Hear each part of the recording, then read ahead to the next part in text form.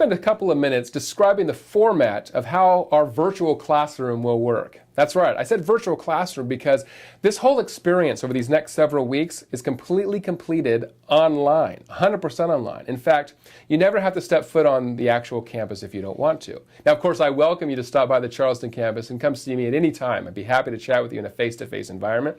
But rest assured that no matter where you're living in the world, you can complete this course and complete it to the best of your ability, for sure.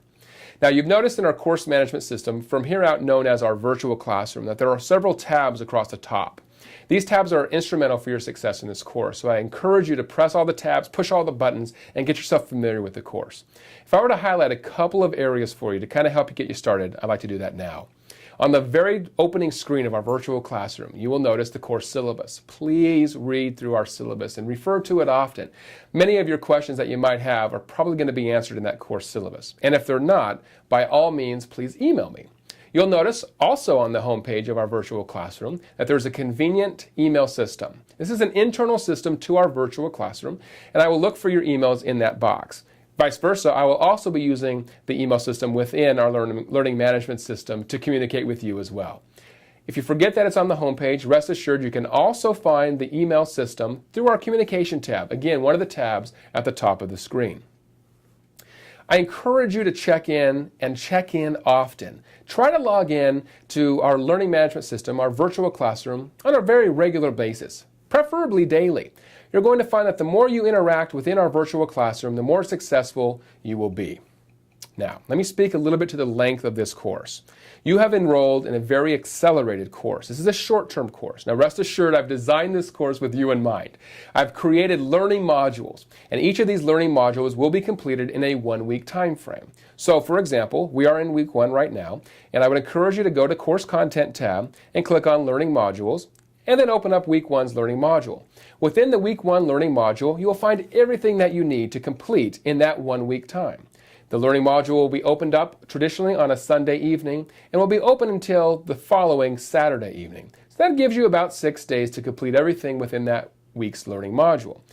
Things like quizzes, submitting assignments, and even participating in required discussion boards will all be found via these learning modules in these weekly learning perspectives.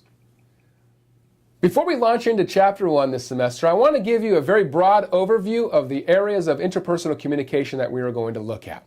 When you jump into Chapter 1, you're going to see what the interpersonal communication process is all about. We're going to look at some communication models. We're going to look at some of the fundamental principles that derive and help make and define what interpersonal communication is all about.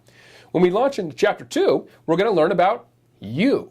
There's an old theory out there that says you really can't communicate with others until you know who you are, how you can really identify with who you are at a core value level. And we sort of call that the self-concept. So you're going to learn about self-concept, you're going to learn a little bit about self-disclosure as well, leading up to Chapter 3. Now, Chapter 3 deals with perception, trying to identify how people make sense of the world. You know, people are bombarded by communication messages all the time.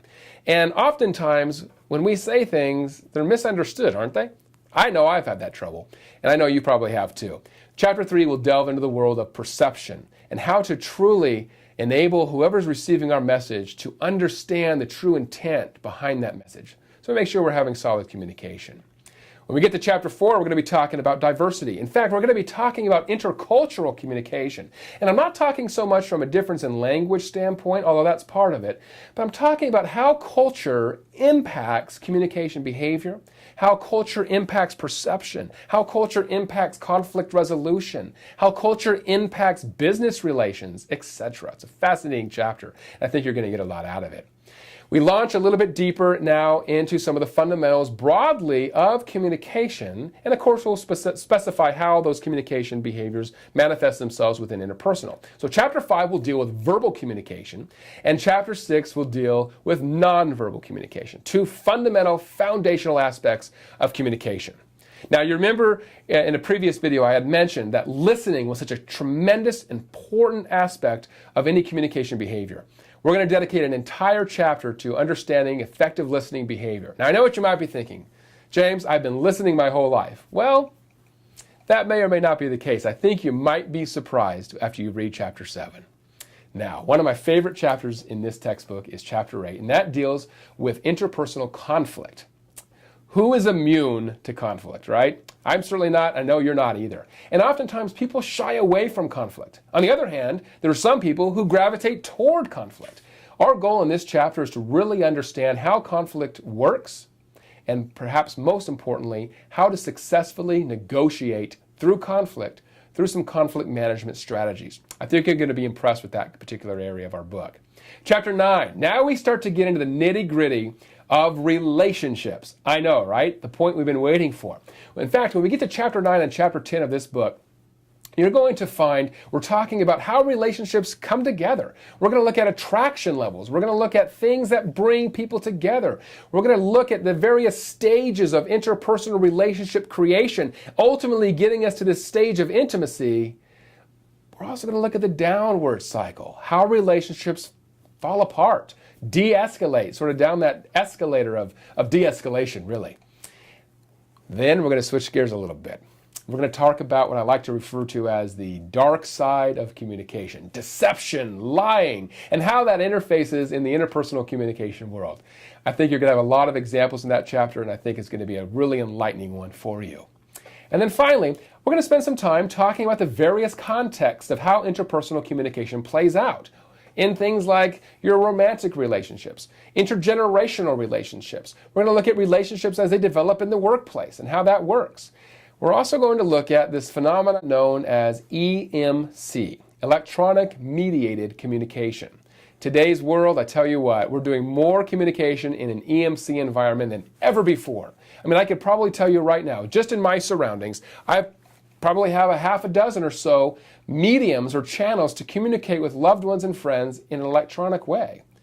Things through Twitter, Facebook, other types of social media, virtual chat, heck, this course, all done in an electronic media communication environment. So we're going to look at how interpersonal communication sort of manifests itself in that EMC environment.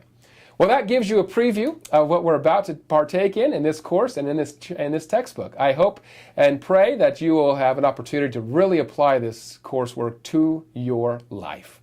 Enjoy it.